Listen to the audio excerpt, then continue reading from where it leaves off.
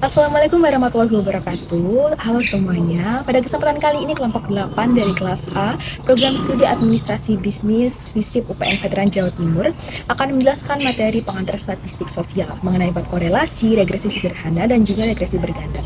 Sebelumnya perkenalkan, saya Lintang Roida dengan NPM 23042010020. Yang pertama kita akan bahas adalah pengertian dari korelasi. Jadi korelasi sendiri itu merupakan hubungan antara dua variabel X dan juga variabel Y yang dapat ditukarkan menjadi variabel Y dan juga variabel X. Nah, hubungan ini juga dapat disebut sebagai hubungan timbal balik. Korelasi juga bisa diartikan sebagai ukuran statistik untuk mengetahui sejauh mana hubungan antara dua variabel atau lebih. Selanjutnya ada nilai korelasi. Pengertian nilai korelasi sendiri adalah nilai yang dihasilkan dari hubungan variabel. Nilai korelasi ini berkisar antara min 1 hingga plus 1. Dengan keterangan, nilai min 1 menunjukkan korelasi linear negatif sempurna antara dua variabel, nilai 0 menyatakan hubungan yang lemah atau menunjukkan tidak ada korelasi linear antara dua variabel, dan nilai 1 menunjukkan korelasi linear positif sempurna antara dua variabel. Perkenalkan, saya Dinar Cahyani Marsala Putri dengan NPM 2304200125. Di sini saya akan menjelaskan tentang jenis korelasi, yang dimana korelasi tersebut berjumlah 3. Yang pertama ada korelasi person atau person correlation. Korelasi person adalah jenis korelasi yang digunakan untuk mengukur hubungan di antara hasil-hasil suatu pengamatan dari populasi dengan dua varian atau bitrate berdistribusi normal. Biasanya juga digunakan untuk rasio atau data berskala interval. Kemudian yang kedua ada korelasi Spearman atau Spearman correlation. Korelasi Spearman yaitu korelasi yang dipakai untuk mengukur keeratan hubungan antara hasil pengamatan dari populasi yang memiliki dua varian yang berdistribusi tidak normal. Biasanya jenis korelasi ini digunakan untuk data berskala ordinal. Kemudian yang ketiga adalah korelasi Kendall-Stau atau Kendall-Stau correlation. Korelasi Kendall-Stau adalah ukuran non-parametrik atau uji statistik yang tidak memerlukan asumsi-asumsi mengenai persebaran data populasi dari kuatnya dan arah hubungan yang ada antara dua variabel. Ukuran itu diukur setidaknya pada skala ordinal. Halo, aku Dwi Nurul Hidayati dengan NPM 230420100008. Untuk pembahasan selanjutnya ada bentuk analisis korelasi.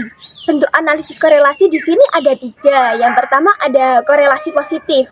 Korelasi positif adalah hubungan antara dua variabel ketika kedua variabel itu bergerak dalam arah yang sama.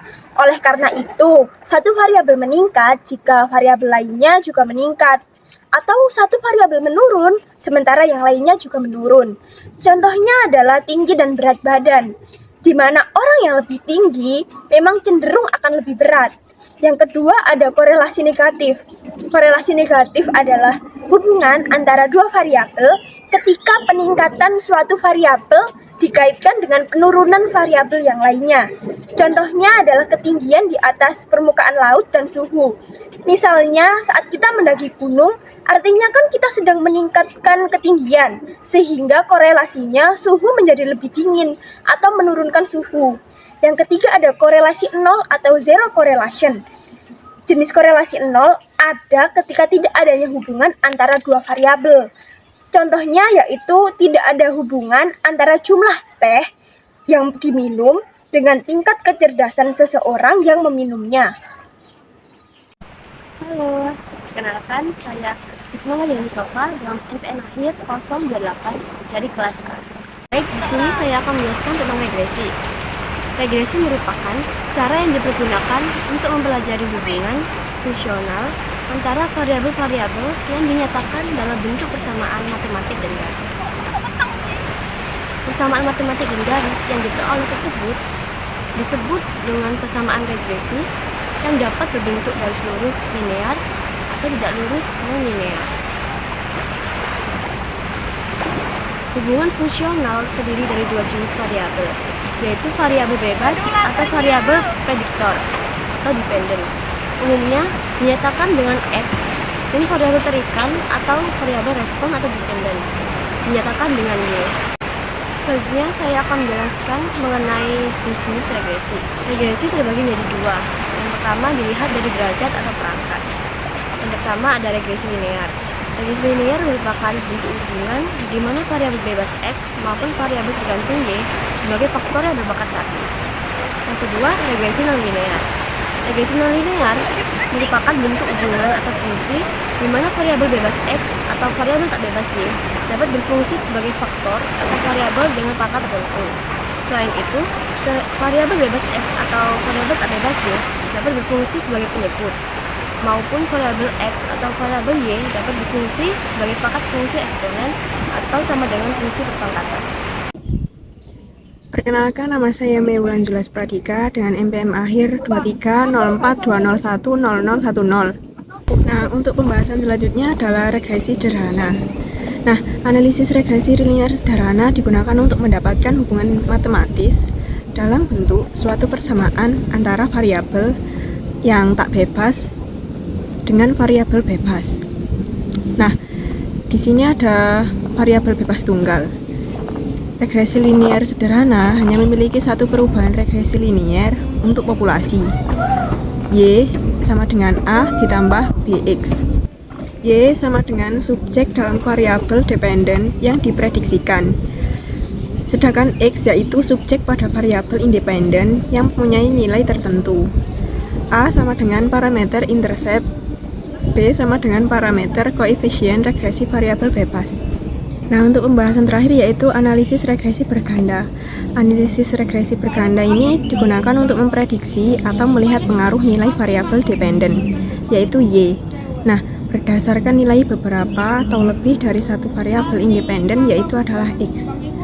Nah, rumus persamaan regresi linear berganda yaitu Y sama dengan A ditambah B1 X1 ditambah B2 X2 ditambah B3 X3 ditambah titik-titik-titik ditambah B Xn.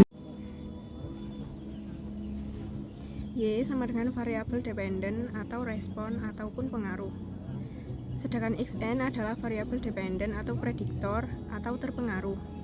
A sama dengan konstanta, Bn sama dengan angka regresi. Nah, selesai sudah pemaparan dari materi kami kali ini. Dapat ditarik kesimpulan bahwa bab korelasi, regresi sederhana, dan juga regresi berganda ini membahas tentang analisis data untuk memprediksi variabel yang terkait. Korelasi statistik ini digunakan untuk mengukur hubungan antara dua variabel, sedangkan regresi sederhana dan juga regresi berganda digunakan untuk memprediksi nilai variabel dependen berdasarkan nilai variabel independen. Dalam bab ini kita belajar cara bagaimana menggunakan metode statistik untuk menganalisis data dengan tujuan untuk mengambil keputusan yang lebih tepat dalam berbagai bidang dan juga ilmu sosial. Nah, selesai sudah pemaparan dari kelompok kami mengenai bab korelasi, regresi sederhana, dan juga regresi berganda. Semoga video ini dapat memberikan manfaat bagi semua pihak. Kami akhiri. Wassalamualaikum warahmatullahi wabarakatuh.